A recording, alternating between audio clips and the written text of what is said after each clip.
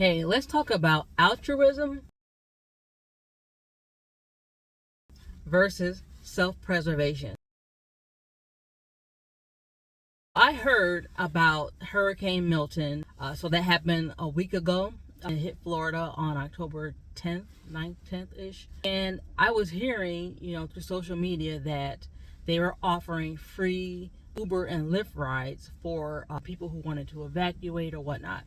So I just got to thinking, really what's going on. Were there people staying down there so that they can continue with these Lyft rides? Were they putting people in harm's way by having them do these Lyft rides? Now, I understand that people needed to get out and be able to evacuate, and there were limited transportation that was available, and that those Lyft and Uber rides would help them to get to safety. Now, I understand that. I'm not knocking that at all. But just like when you think about those factory workers that were forced to work and then some people didn't make it, was this kind of a similar situation? Were these free Uber and Lyft rides, but I'm sure that the driver was still getting paid, were these putting people in harm's way? So I wanted to see what people were saying. So I'm going to read you this article and then I'm going to come back for more comment. This article is from Business Insider and it reads, okay, so it's from October 12th. Flooded roads, worry passengers, and no income. Florida Uber and Lyft drivers share their experiences on the road before and after Hurricane Milton. Sergey, a Lyft driver in St. Petersburg, Florida, helped families load their suitcases into the trunk of his car before driving them to a nearby hurricane shelter on October 9th. Many of his passengers were anxious about Hurricane Milton's arrival and racing to evacuate in the hours before it hit. Sergey completed 12 rides on October 9th, according to screenshots shared with BI. He said several of his passengers faced flooding and destruction from Hurricane Helene 2 weeks prior and were scrambling to return to their routines. Many brought their pets with them. Some didn't know if their homes would be standing the next day. After making landfall in Florida, Hurricane Milton caused at least 14 unalives and left millions without power. In the days preceding the storm, some Uber and Lyft drivers went from transporting beachgoers to helping residents flee their communities before eventually fleeing themselves. But after Milton passed, 5 drivers told BI that inaccessible roads, a lack of gas, and a suspended ride-hailing app prevented them from helping people and earning valuable income. Okay, so let me pause there. So there's this, let me see if I can get this to work here. This sentence here, before eventually fleeing themselves. Okay, so that was my thing. Did they actually flee themselves, or did they hang around to because they themselves couldn't leave or evacuate, or were they looking at it as this is an opportunity to make money?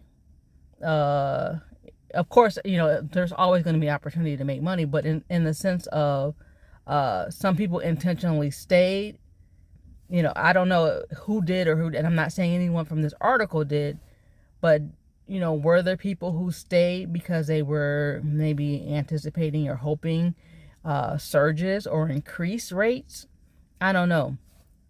So let's see if the people that the article are discussing, did they actually leave or what happened? So it goes on to say, this is again Sergey, I drove for several hours right after the storm, and there was not a single gas station open anywhere in St. Petersburg, said Sergey, 54, who asked to use his first name for fear of professional repercussions.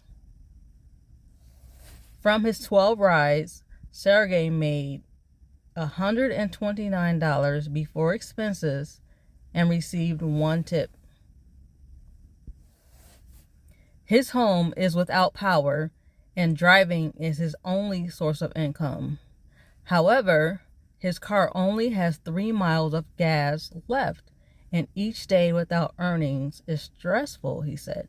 Now, I can imagine that would be pretty stressful because he only is relying on the ride sharing apps to earn money, and now that they don't have access to fuel, he can't use his vehicle to earn money. Yeah, so that had to have been pretty stressful.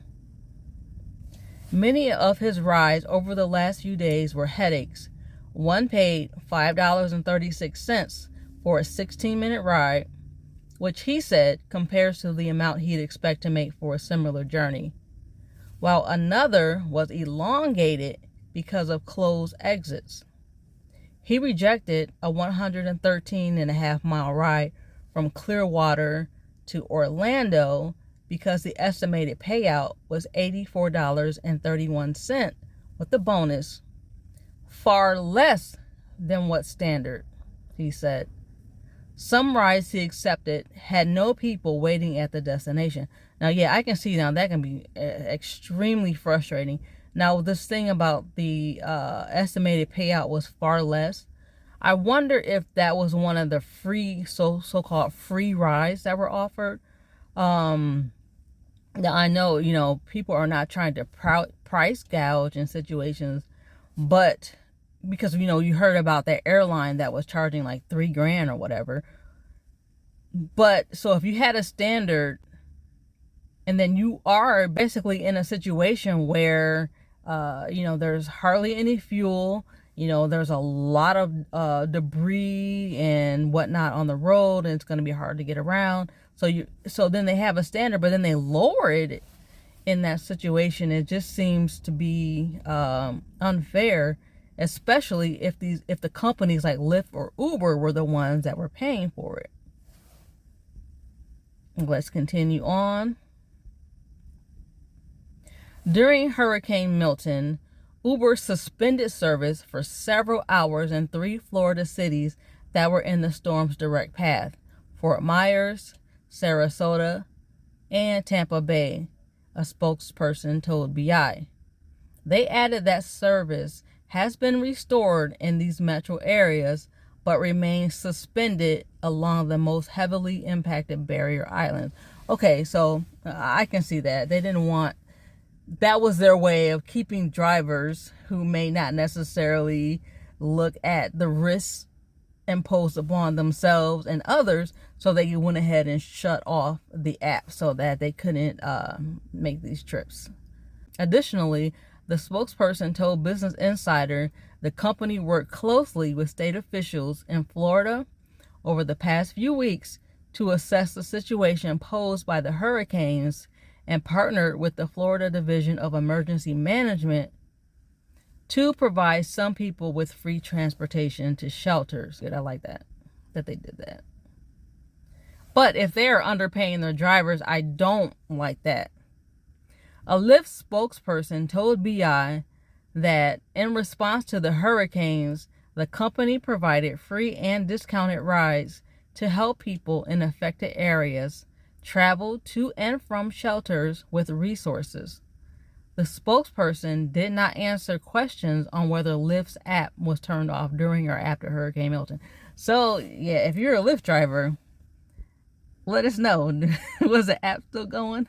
The evacuation process was stressful. Drivers across the state recalled panicked drivers, fallen trees blocking roads, and lengthy gas station lines on October 10th and 11th. Yeah, I can't even imagine what that situation would have been like. Wow.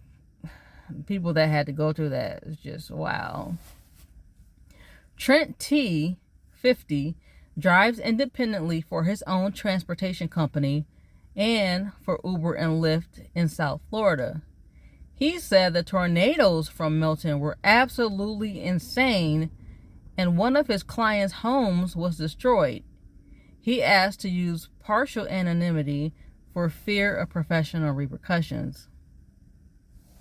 On October 8th, Trent said he went to 6 gas stations before he could find one with inventory and fill up his tank. On the day of the storm, Trent drove passengers fleeing the Tampa Bay area to hotels, noticing that many stores were out of essentials like water. He said hotels in South Florida were mobbed, and he offered his house to anyone evacuating, though no one accepted. Blaine, an Uber driver based in the Tampa area, left his home after learning he was in an evacuation zone. Hotels quickly booked up across the state, but he said he secured a room in Ocala, about a 2-hour drive from Tampa. However, there was a mix-up with the hotel regarding the night he booked, and his reservation was void. Wow. He drove to a hotel in Savannah, Georgia to seek shelter. The typical 5.5-hour drive from Tampa took 8 hours due to traffic, he said. That was stressful, the 57-year-old told BI. Yeah, I can imagine how that would be pretty stressful. You know, he had booked a room. He basically did everything he was supposed to do, right? And then when he got there, there was a mix-up, and he was unable to get his room. Then he had to drive. So I wondered, did they keep his money? Did you know how when you have a return? So let's say you purchase something and you take it back to the store, and when you purchase it, they take that money immediately. But then when you have to get a return, it takes like a week for you to get the money back. So hopefully this gentleman did not have to go through that with this hotel situation. Yeah, that. Oh my goodness, I just can't imagine. I'm just glad he survived the ordeal so that he could tell the story, but sheesh. Let's continue. Drivers are eager to return to their ride-hailing gigs for a necessary income. Trent said he can go a few days without consistent rides and their fares, but feels for drivers who live paycheck to paycheck. He said the storm could be disastrous for some drivers relying on tourism this time of year, which isn't as high as the city's peak season, but still draws crowd looking for warm weather in the fall. If you were in Tampa, for instance, and your rent is due this week, and now all of a sudden the storm is coming, you're 5 days without work, Trent said. It's why some drivers are looking to get back on the road as soon as possible. Yvonne, a part-time Uber and Lyft driver in the Tampa Bay area, uses the extra income from driving to help support her 2 grandchildren. When the hurricane approached, she said she decided not to leave her home because it wasn't in an evacuation zone.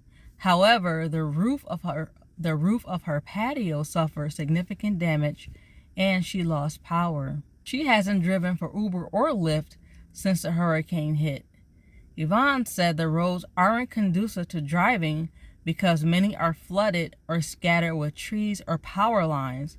However, if the conditions change, she plans to return to her ride-hailing gig by this weekend to start earning money again. Charles P., 44, who drives part-time around Titusville, a city about 40 miles east of Orlando, said there wasn't too much damage on the roads, but he stopped driving for a few days to avoid potentially damaging his vehicle. No, that's smart.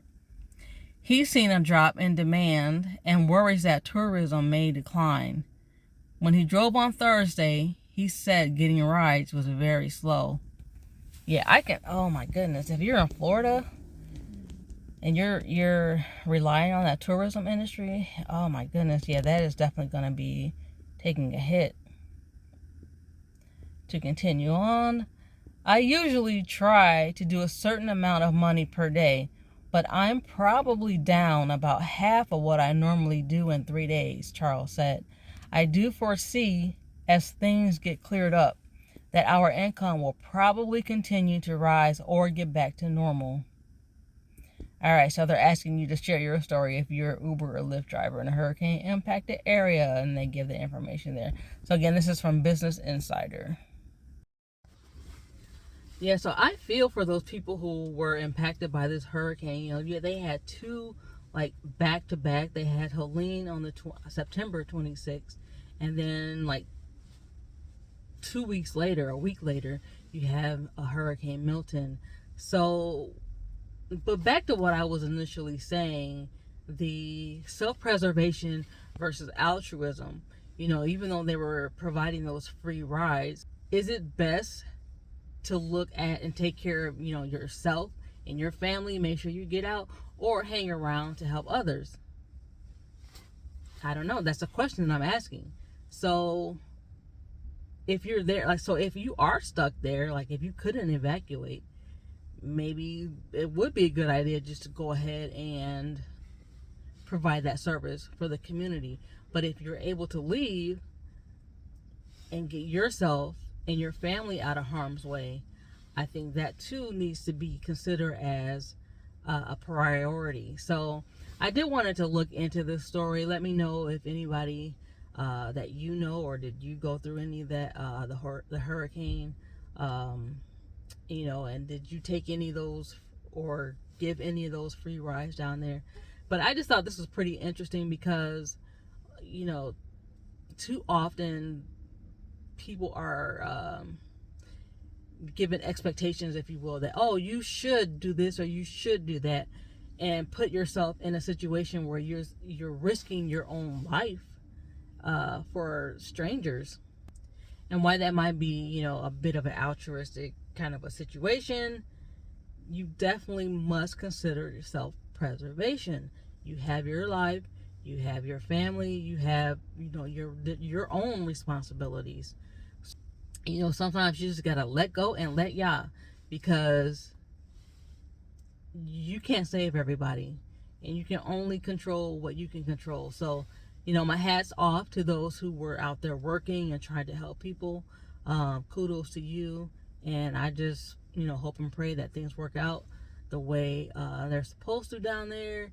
And yeah, I think that's pretty much all I wanted to say on that. But it just was interesting, and I wanted to look into it because I was concerned that they were putting drivers at risk by baiting them into these situations, and then possibly not even paying out, above and beyond, especially because they were putting themselves in at risk to complete these rides. So I will see you all in the next one.